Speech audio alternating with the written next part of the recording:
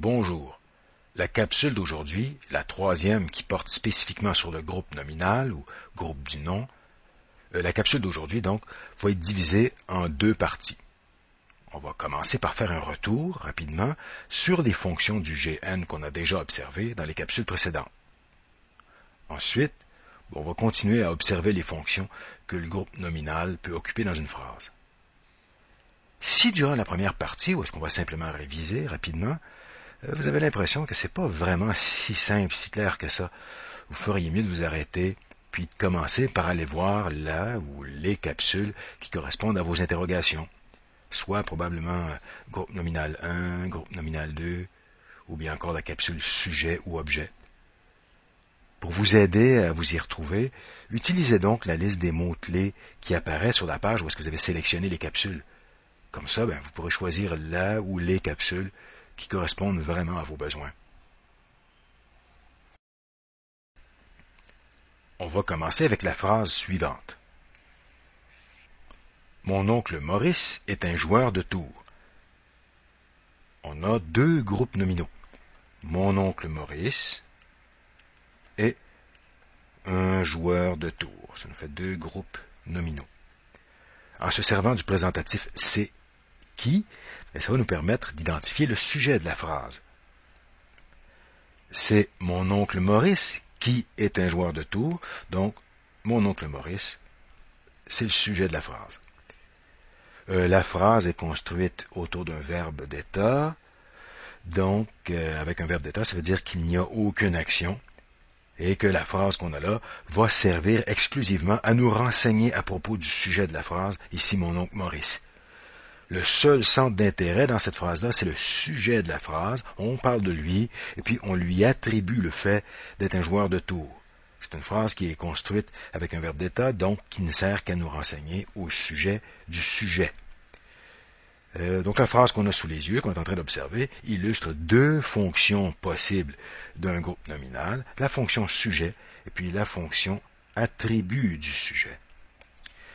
Maintenant, si on regarde à l'intérieur de nos groupes nominaux, on va se rendre compte que des tout petits groupes nominaux nous ont servi à fabriquer des plus gros groupes nominaux. Le nom oncle, en lui juxtaposant le nom propre Maurice, en collant Maurice dessus, ça nous permet d'obtenir un groupe nominal plus complet. C'est ce qu'on avait appelé l'apposition.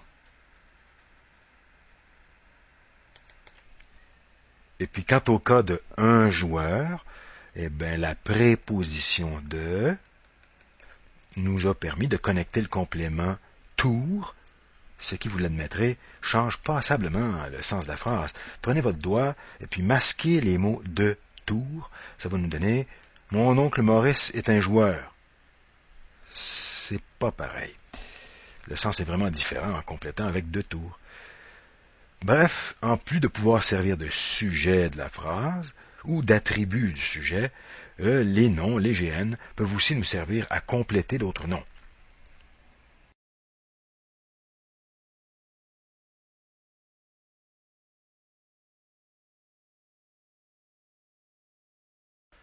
On avait pris un exemple avec un verbe d'état, maintenant prenons un exemple avec un verbe d'action. Maurice a noué les lacets de mes chaussures pendant que je sommeillais. A nouer, j'ai ici le verbe d'action. Si on regarde le groupe nominal les lacets de mes chaussures, dans ce groupe nominal-là, on a la préposition de qui nous permettait de connecter mes chaussures au nom lacets pour le compléter. Mais on va regarder l'ensemble du groupe nominal. Maurice a noué quoi? Ou encore, c'est les lacets de mes chaussures que Maurice a noué. Donc, à l'aide du présentatif c'est que, ça nous permet d'identifier un complément d'objet. Ici, un complément d'objet direct parce que le complément est collé directement.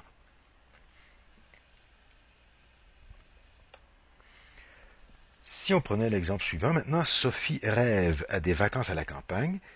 J'ai le verbe d'action rêver. C'est le petit groupe nominal tout petit Sophie, parce que qui est-ce qui rêve à des vacances, ou encore c'est Sophie qui rêve à des vacances. Ça nous permet d'identifier le sujet Sophie. Maintenant, quant au groupe nominal des vacances à la campagne, Sophie rêve à quoi, ou encore c'est à des vacances à la campagne que rêve Sophie. À ce moment-là, on a trouvé notre complément d'objet. Notre GN, il est complément d'objet, mais il est maintenant indirect. Parce qu'il nous a fallu connecter le complément à l'aide de la préposition à.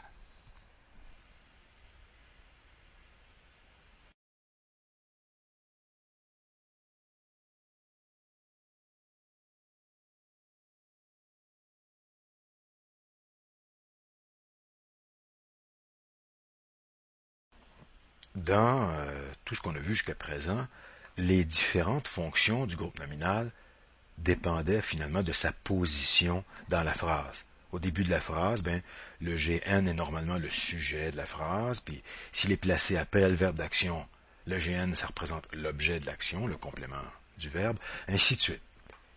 D'ailleurs, en linguistique, on regroupe le français parmi les langues qu'on appelle les langues de type SVO. Parce que justement, c'est la position dans la phrase qui détermine la fonction. Au début, sujet, puis après le verbe, l'objet. Mon oncle Maurice a noué mes lacets de chaussures. Sophie pense à ses vacances. Dominique lave les fenêtres. Tout va bien. Comme c'est la position des mots dans la phrase qui détermine leur fonction, vous comprendrez qu'on ne peut pas les déplacer n'importe comment sans que ça ait des conséquences. Les fenêtres lavent Dominique. Ses vacances pensent à Sophie. Ça fait bizarre un peu. Même à l'intérieur du GN, du groupe nominal, la position va clarifier quel mot est complément de quel autre. Mon oncle Maurice a noué mes chaussures de lacets, ça ne marchera pas. Bref, pour l'essentiel, c'est vraiment la position du mot qui, en français, va déterminer sa fonction. En revanche, il existe des compléments qui, eux, peuvent être déplacés ou même effacés sans que ça pose de graves problèmes. La seule conséquence, ce sera que le sens de la phrase va être un petit peu modifié. Autrement dit, il s'agit de compléments qui sont mobiles et facultatifs.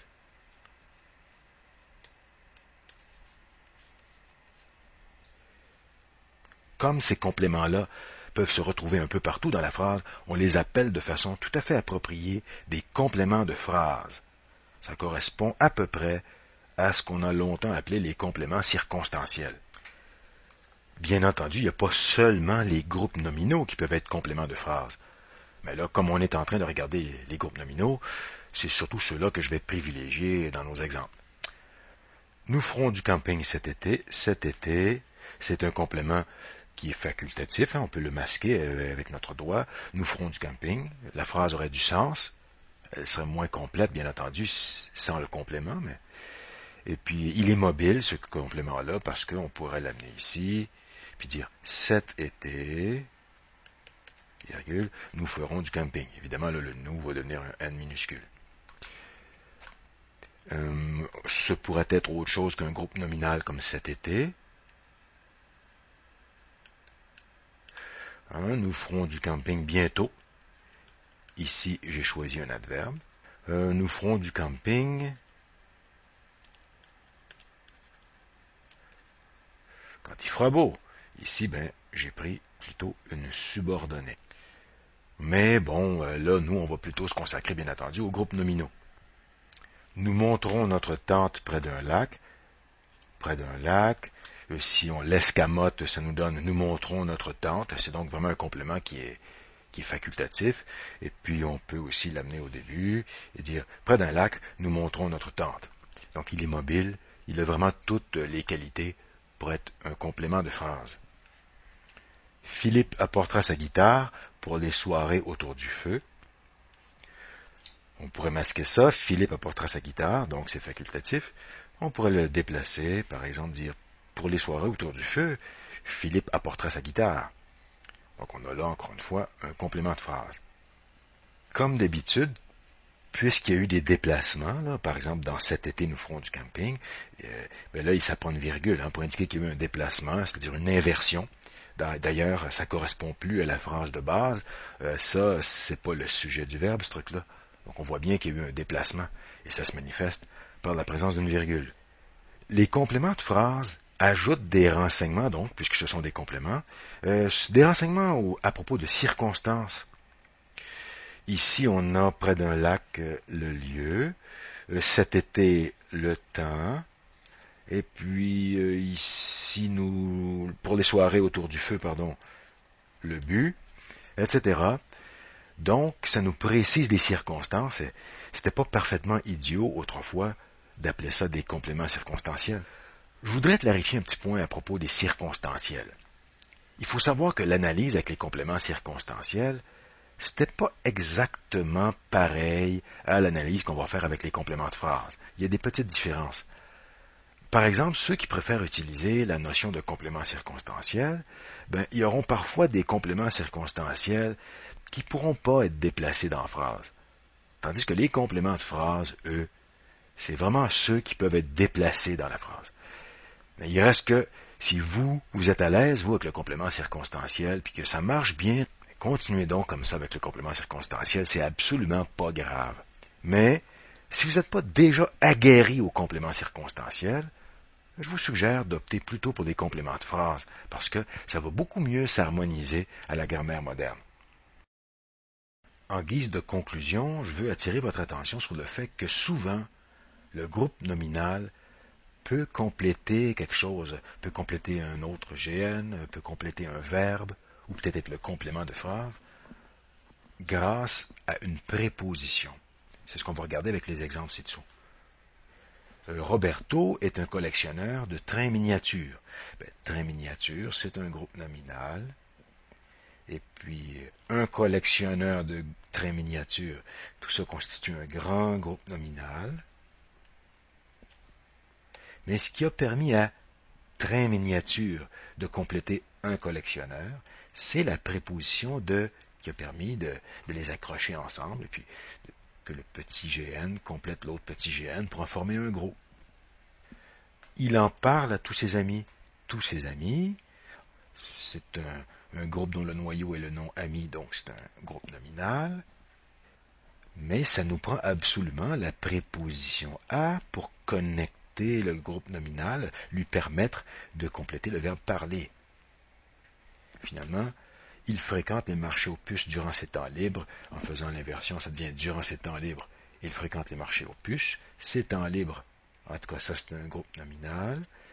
Et puis, ce qui connecte ce groupe nominal-là au reste de la phrase pour en faire le complément, c'est la préposition durant.